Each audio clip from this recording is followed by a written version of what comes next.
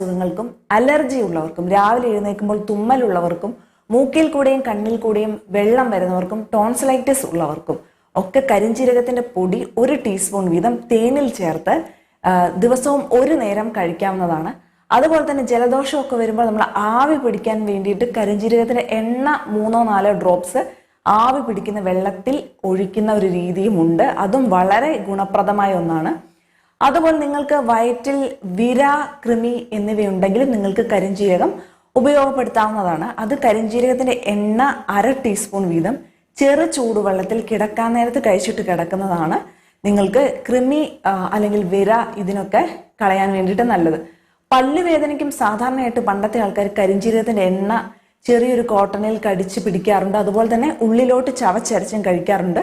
പല്ലുവേദനയ്ക്കും തലവേദനയ്ക്കും വേദന സംഹാരിയായിട്ട് വരെ ആക്ട് ചെയ്യും. തലവേദനയ്ക്ക് സാധാരണ പുരട്ടുന്നത് കാണാറുണ്ട് നെറ്റിയിൽ. അതുപോലെ